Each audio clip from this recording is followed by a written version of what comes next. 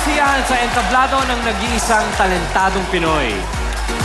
Dahil sa pakikipagsapalaran sa buhay, nakulong ng panandalian ang ating susunod na talentadong taga Pagadian City, Zamboanga del Sur. At dito daw niya nadiskubre ang kanyang talento. Pakinggan po natin ang kanyang istorya.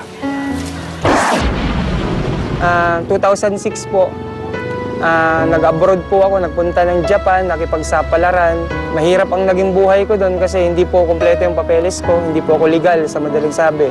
Kaya yung trabaho ko po, part-time lang po siya. Hanggang sa kalaunan, na-deport po ako, nakulong ng 1 buwan.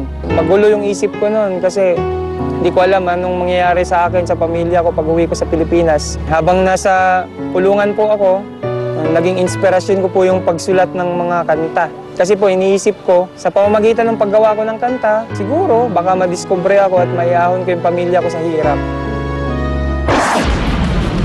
A simple man with a simple message. Please welcome Diolito Du, or simply Lito.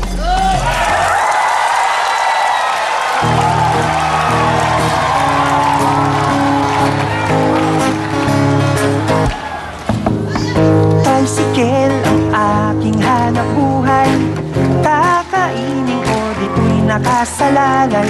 Umaga pa lang, kumakayod na, para may panglangis at may panggasolina.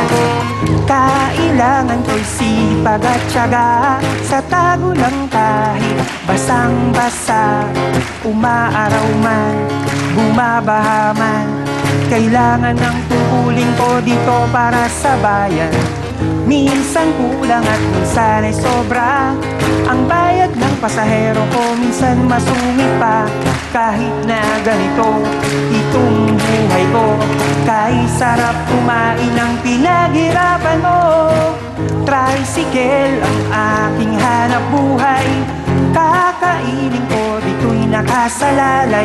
Umaga pa lang, kumakayod na, para may panglangis at may panggasolina. Tricycle, tricycle, umaga pa lang, kumakayod na. Tricycle, sakay na!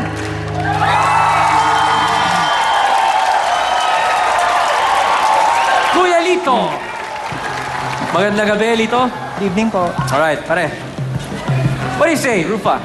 Ginamit mo yung pagkakadapa mo sa buhay sa mabuting paraan. Habang nasa loob ka, imbis na gumawa ka ng mga masasamang bagay, you were able to use that to better yourself now. At ngayon, tinan mo, nandito ka ngayon sa talentadong Pinoy. Who would think, di ba? So, para sa akin, alam mo, ang ganda ng boses mo, ang ganda ng pagkaka-compose mo ng awit na yan. And malay mo one day, makukuha yan at magiging isang hit na kanta na pinapakinggan ng mga Pinoy. Kaya congratulations. Thank you po. Thank you, Rufa.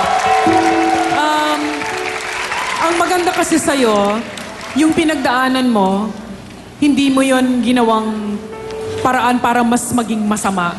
Dapat maging inspirasyon ka sa marami dahil sa sobrang dami na ng mga kabataan na talagang, alam mo yon, walang landas. And kung may talent ka naman, hindi mo gamitin, di ba? So ikaw, kailangan ituloy mo yan kasi hindi natin alam, manalo matalo ka man dito, ang lagi mong tatandaan, may boses ka, dinaan ng Panginoon na mapunta ka dito para marami pang pintong magbukas para sa'yo. At saka, take this chance now to better your music. Dagdagan mo pa lahat ng kaalaman mo sa pagtugtog, sa pagkanta, pagpapapogi. Pogi ka naman eh. Thank you. Diba? So, good luck sa'yo. Maraming salamat. Thank you very much, Jaya. Tuesday. Hi, Lito! Hi po. Ayan. Nung nagpunta ka ng Japan, na pagkakamalin ka ring hapon kasi may halo eh. Pati yung pagkanta mo may pagka-Ted Ito ng konti, yung kanyang Tagalog.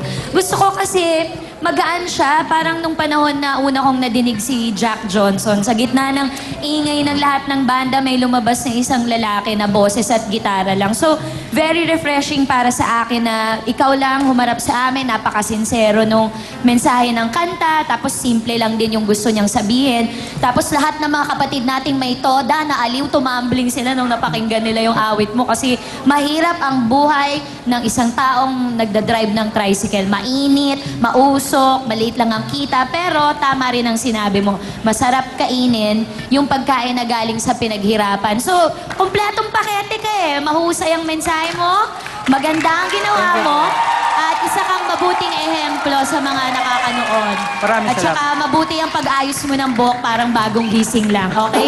Napaka-natural. Good job. I like it. Ang ganda nitong episode na to. So much. Go! Thank you po. Thank you very much, Tuesday. Maraming salamat, Talent Scouts. Okay, Kuya Lito. Thank you, Ryan. Kung puso at puso lang ang pag-uusapan, dali mo.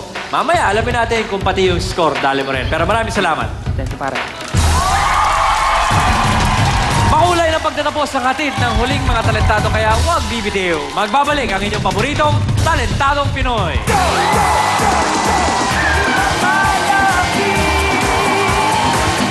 Hatid ng challenger na tropa, production number na bongga, madaigan kaya nila, pole dancer, parang sa hangin, nakahiga. It's more fun in the Philippines because dancing is so much fun in the Philippines.